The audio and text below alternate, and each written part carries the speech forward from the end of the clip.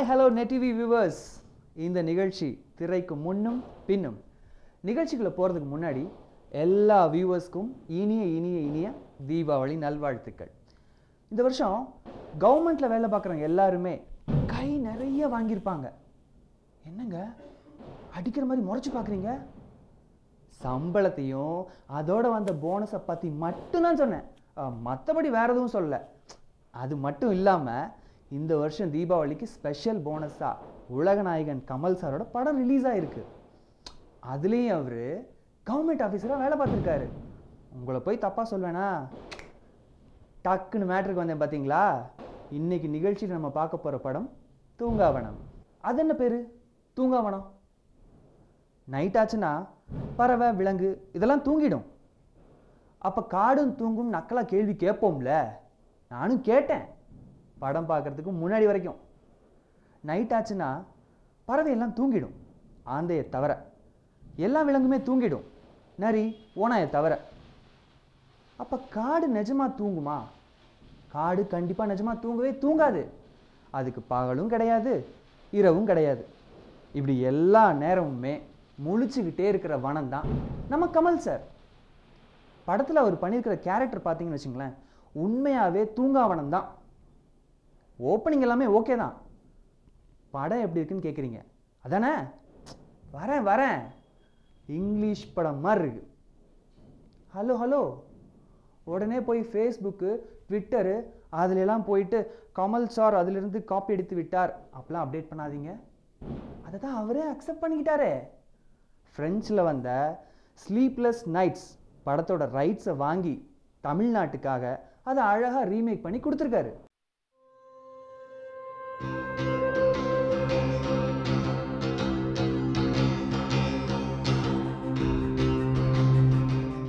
சரி, நம்ம மேட்ருக்கு வருவோம்.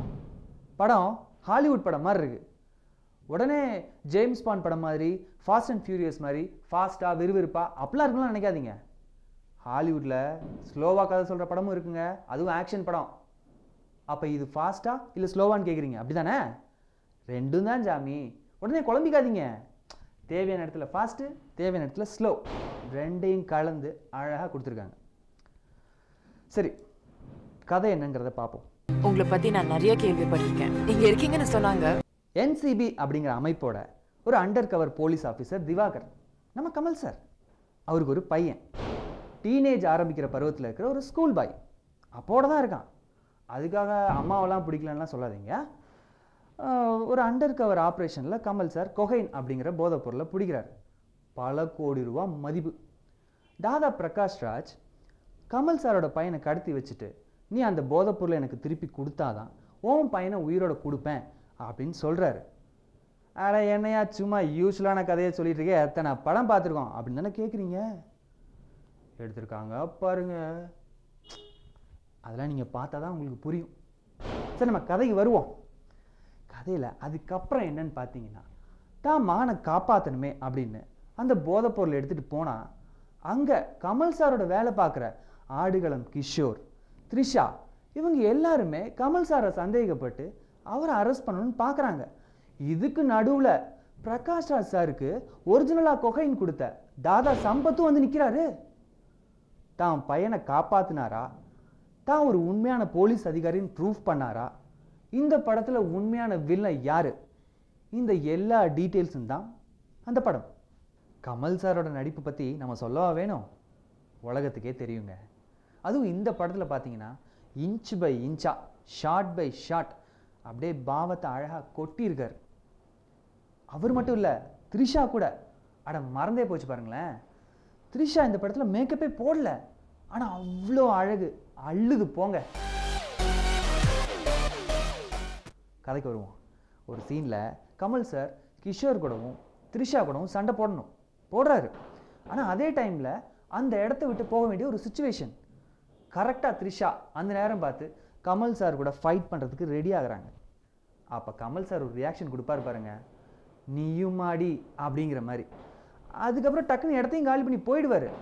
அதை பார்க்குற த்ரிஷா அவங்க மைண்டில் யோசிப்பாங்க, நம்மளை சமாளிக்க முடியாமல் போயிட்டான் பாரு அப்படின்னு. செம்ம லைவ்லியாக இருக்குங்க, அவ்வளோ அழகாக கொடுத்துருக்காங்க. அடுத்து முக்கியமான விஷயம் கேமரா.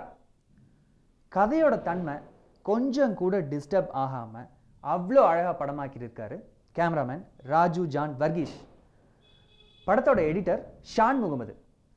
சில ஷாட்லலாம் பார்த்தீங்கன்னா அட அப்படிங்கிற மாதிரியும், சில ஷாட்டில் செம அப்படிங்கிற மாதிரியும் பின்னி பெடல் எடுத்திருக்காரு.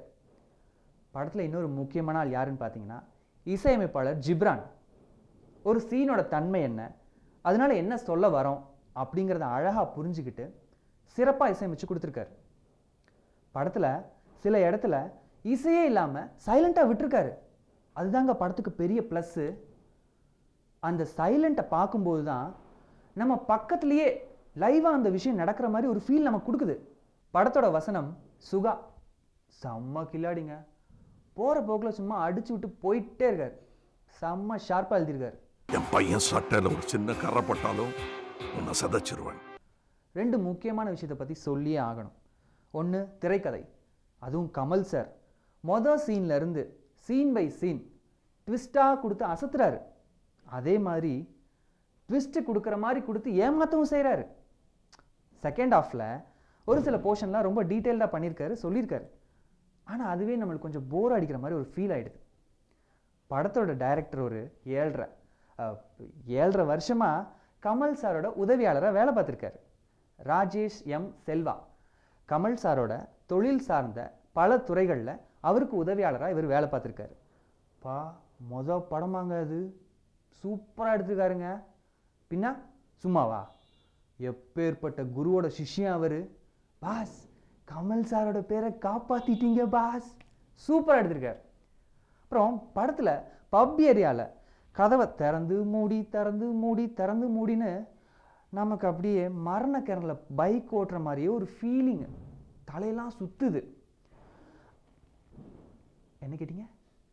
என்ன அதானே? என்ன பாஸ் இப்படி அப்பாவியா கேள்வி கேட்குறீங்களே? கமல் சார் படத்தில் முத்த காட்சி இல்லாமையா? அதெல்லாம் போகிற போக்கில் அப்படியே அடிச்சுட்டு போயிட்டே இருக்கார். குறை இல்லாமல் எந்த விஷயத்தையுமே செய்ய முடியாது. ஸோ குறை சின்னது தான், அதை குறைன்னு கூட சொல்ல முடியாது, ஒரு ஸ்மால் டிஸ்டர்ப். மற்றபடி கண்டிப்பாக பார்க்க வேண்டிய படம் தூங்காவனம். தேட்டரில் பாஸ், தேட்டரில் பாஸ். இந்த படத்துக்கு நாங்கள் கொடுக்குற ரேட்டிங் 4 ஸ்டார்ஸ். இந்த நிகழ்ச்சி உங்களுக்கு பிடிச்சிருந்துச்சுன்னா லைக் பண்ணுங்கள், சப்ஸ்கிரைப் பண்ணுங்கள். இந்த நிகழ்ச்சி திரைக்கு முன்னும் பின்னும் இவ்வளோ நேரம் இதை உங்களுக்காக வழங்கிட்டு இருந்தது உங்கள் நண்பன் வெங்கட். மீண்டும் இதே மாதிரி நல்ல நிகழ்ச்சியில் உங்களை சந்திக்கிறேன். வணக்கம்.